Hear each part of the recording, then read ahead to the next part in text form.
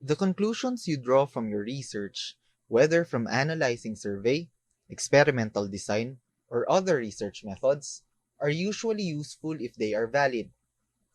How true are these results? How well do they represent the thing you are trying to study? In general, validity is an indication of how sensible your research is. More specifically, validity applies to both the design and the methods of your research. Validity in data collection means that your findings truly represent the phenomenon you are claiming to measure, and valid claims are considered solid claims. In this video, we will discuss the following: internal validity, external validity, construct validity, and statistical conclusion validity. Internal validity is the extent to which a study establishes a trustworthy cause and effect relationship between a treatment and an outcome. Internal validity also reflects that a given study makes it possible to eliminate alternative explanations for a finding and depends largely on the procedures of a study and how rigorously it is performed. For example, if you implement a smoking cessation program with a group of individuals, how sure can you be that any improvement seen in the treatment group is due to the treatment that you administered? The less chance there is for confounding in a study, the higher the internal validity, and the more confident we can be in the findings. Confounding refers to those that may compete with the exposure of interest in explaining the outcome of a study. For instance, a study might make us unsure as to whether we can trust that we have identified the above cause and effect scenario. In short, you can only be confident that your study is internally valid if you can rule out alternative explanations for your findings. As a summary, you can only assume cause and effect when you meet the following three criteria in your study. The cause preceded the effect in terms of time. The cause and effect vary together. There are no other likely explanations for this relationship that you have observed. Next is external validity. External validity is the extent to which you can generalize the findings of a study to other situations, people, settings, and measures. In other words, can you apply the findings of your study to a broader context? The aim of scientific research is to produce generalizable knowledge about the real world. Without high external validity, you cannot apply results from the laboratory to other people or the real world. There is an inherent trade-off between external and internal validity. The more applicable you make your study to a broader context, the less you can control extraneous factors in your study. Example, you want to test if listening to podcasts while driving causes slower reaction times.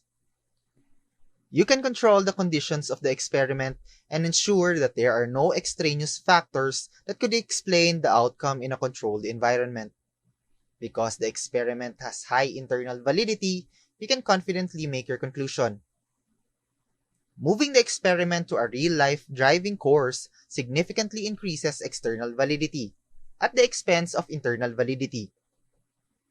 That is because you are risking introducing extraneous and confounding factors, such as weather or visibility conditions, that affect the outcome. The third is construct validity. Construct validity evaluates whether a measurement tool really represents the thing we are interested in measuring. It is central to establishing the overall validity of a method.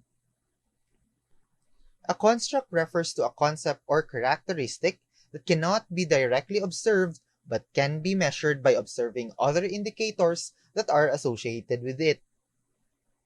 Constructs can be characteristics of individuals, such as intelligence, obesity, job satisfaction, or depression. They can also be broader concepts applied to organizations or social groups, such as gender equality, corporate social responsibility, or freedom of speech. Example, there is no objective, observable entity called depression that we can measure directly. But based on existing psychological research and theory, we can measure depression based on a collection of symptoms and indicators, such as low self-confidence and low energy levels. Construct validity is about ensuring that the method of measurement matches the construct you want to measure. If you develop a questionnaire to diagnose depression, you need to know, does the questionnaire really measure the construct of depression? Or is it measuring the respondent's mood, self-esteem, or some other construct? To achieve construct validity, you must ensure that your indicators and measurements are carefully developed based on relevant existing knowledge. The questionnaire must include only relevant questions that measure known indicators of depression. Finally, statistical conclusion validity. Statistical conclusion validity is the degree to which conclusions we reach about relationships in our data are reasonable.